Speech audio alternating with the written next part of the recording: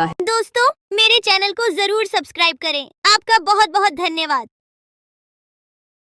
सरयू नदी के पास एक बहुत बड़ा जंगल था। उस जंगल में काफी सारी जानवर रहते थे जो प्यास लगने पर नदी में आकर पानी पीते थे। नदी के दूसरे किनारे पर एक और छोटा सा जंगल था जहां बहुत कम जानवर थी। एक दिन बड़ी जंगल का छोटा खरगोश सरयू नदी के पास आकर पानी पी रहा होता है। तभी नदी के दूसरी ओर खड़ा एक बाघ उसे देख रहा होता है। यह खरगोश आज मेरा भोजन बन सकता है। वैसे भी मेरे जंगल में अब शिकार करने लायक जानवर बचा भी नहीं है। क्यों न मैं नदी के उस पार वाले जंगल में जाकर शिकार करूं। और वैसे भी वह जंगल बहुत बड़ा है और वहां का शेर भी मूर्ख और शाकाहारी है।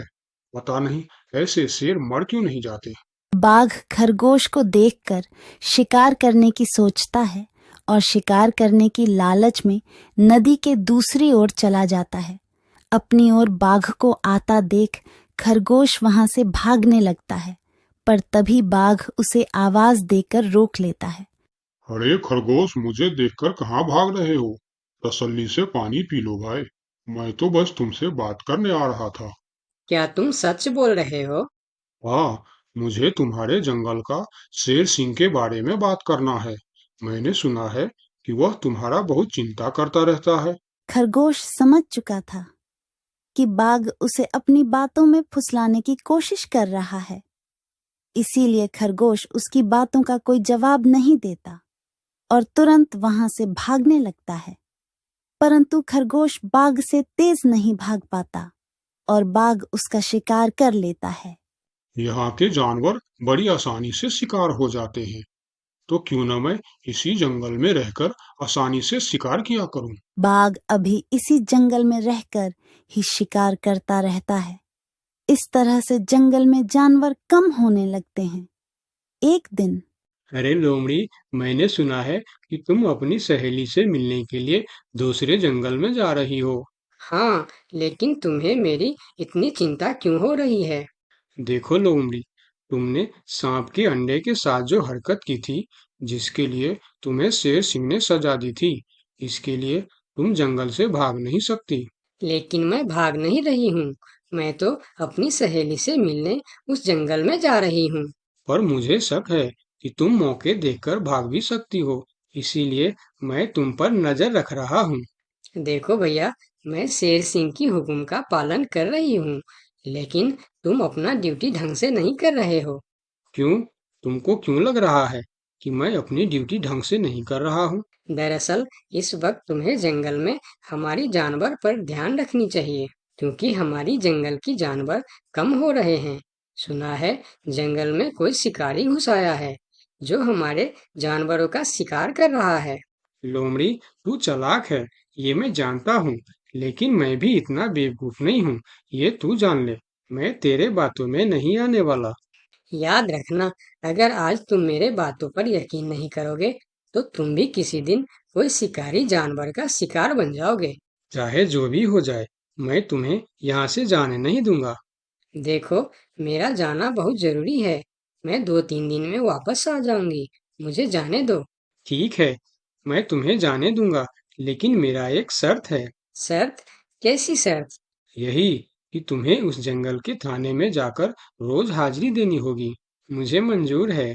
लोमड़ी को पता था कि जंगल से जानवर कम हो रहे हैं, इसीलिए वह हाथी की शर्त मानकर वहां से चली जाती है।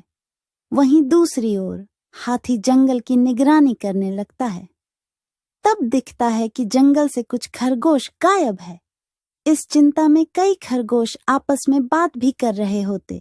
देखो भाइयों, हमें सावधान रहना होगा, क्योंकि जंगल से खरगोश गायब हो रहे हैं। हाँ, लेकिन इस बात का फरियाद हमें शेर सिंह को करनी चाहिए। तभी खरगोश की बात सुनकर हाथी उनके पास आता है। क्या हुआ है भाई? तुम सब आपस में क्या मीटिंग कर रहे हो? मुझे भी बताओ।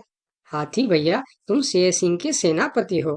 क्या तुम हमारी फरियाद राजा तक पहुंचा सकते हो? अरे भाई, तुम्हारी रक्षा करना ही मेरा ड्यूटी है। बताओ, तुम्हारी क्या शिकायत है? हाथी भैया, कुछ दिन से हमारे कई साथी गायब हो गए हैं। अगर तुम्हें अपनी जंगल की फिक्र है, तो हमारी साथी खरगोश को ढूंढ के लेके आइए। क्या तुम्हें किसी पे शक है? हम सिर्फ इतना जानते हैं कि जो खरगोश गायब हुए हैं वह सब पानी पीने के लिए नदी के पास गए थे और तब से वापस नहीं आए हैं। और वह लोग गायब कितने दिन से हो रहे हैं? पिछले कई दिन से एक एक करके खरगोश गायब हो रहे हैं हाथी भैया। खरगोश की बात सुनकर अब हाथी को भी लोमड़ी की बात पर यकीन हो जाता है। लोमड़ी भी यही कह रही थी कि जंगल में कोई शिकारी आया है। हाथी वहाँ सोच ही रहा होता है कि तभी वहाँ दो बकरी आती है। हे भगवान, अब क्या होगा? कौन बचाएगा हमें? अरे बकरियां, क्या हुआ है तुम्हें? क्यों रो रही हो?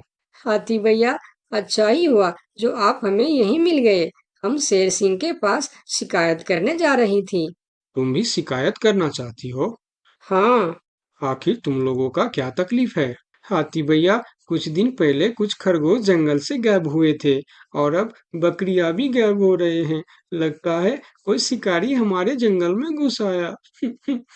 पूरा जंगल इसी बात से परेशान था कि आखिर उनका शिकार कर कौन रहा है। अब वह सभी मीटिंग के लिए शेर सिंह के पास जाते हैं और सारी बातें शेर सिंह को बताते हैं, जिस पर शेर सिंह अपनी जंगल की जानवरों से कहता है, आप सब फिक्र मत करो, मैं बहुत जल्द पता लगा लूंगा कि यह काम किसका है और कौन हमारे जंगल का जानवरों का शिकार कर रहा है।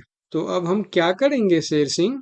आप लोगों से हमारी यह विनती है कि आप लोग जंगल से बाहर नहीं जाएंगे। जिसको भी पानी पीना है वह इसी जंगल का तालाब का पानी पिएगा। महाराज, आपका ये हुक्म हमें कब तक पालन करना होगा? एक बार बस मैं उस शिकारी को पकड़ लूं, उसके बाद आप लोग जंगल से बाहर जाकर भी पानी पी सकते हो। सभी जानवर शेर सिंह की बात मान जाता है और जंगल से बाहर जाना बंद कर देती है। 2 दिन बीत जाती है और जंगल से कोई भी जानवर गायब नहीं होता। उधर शिकार नहीं मिलने पर अब बाघ परेशान हो जाता है, क्योंकि 2 दिन से उसने कोई शिकार नहीं किया था। इतना बड़ा जंगल है, इतने सारे जानवर है, तो फिर यह कमबख्त जानवर पानी पीने के लिए बाहर क्यों नहीं आ रहे हैं? 2 दिन से मैंने कोई शिकार नहीं किया। भूख के मारे मेरी जान निकल रही है। लगता है अब शिकार करने के लिए नदी का किनारा छोड़ जंगल के अंदर जाना पड़ेगा। आखिर मैं भी तो देखूं, इस जंगल में सभी जानवर आखिर गायब कहाँ हो गए हैं। अब देखता हूँ मुझसे कैसे बचते हैं इस जंगल के जानवर। इतना बोलकर बाघ छुपकर जंगल के अंदर घुस जाता, जहां वह देखता है एक बकरी घास खा रही होती है। उस बकरी को घास खाता देख बाघ पीछे से उस पर हमला कर देता है और उसे मारकर अपने साथ जंगल से बाहर ले जाता है। ये सब एक दूसरी बकरी देखती रहती है। अच्छा, तो ये बात है। अभी मैं जाकर शेर सिंह को बताती हूँ। फिर बकरी सभी जानवरों को इकट्ठा करके शेर सिंह के पास पहुंचती है। महाराज, हमारे जंगल में दूसरे जंगल का बाघ घुस आया है और वही हमारे जंगल में शिकार कर रहा है महाराज। वह बहुत तेज और बहुत दुष्ट शिकारी है। उसने हमारे सामने ही हमारे साथी को मार डाला, जो मैंने अपने आंखों से देख के आया हूँ महाराज। अब आप कुछ कीजिए महाराज, नहीं तो हमारे प्रजाति खत्म हो जाएंगी।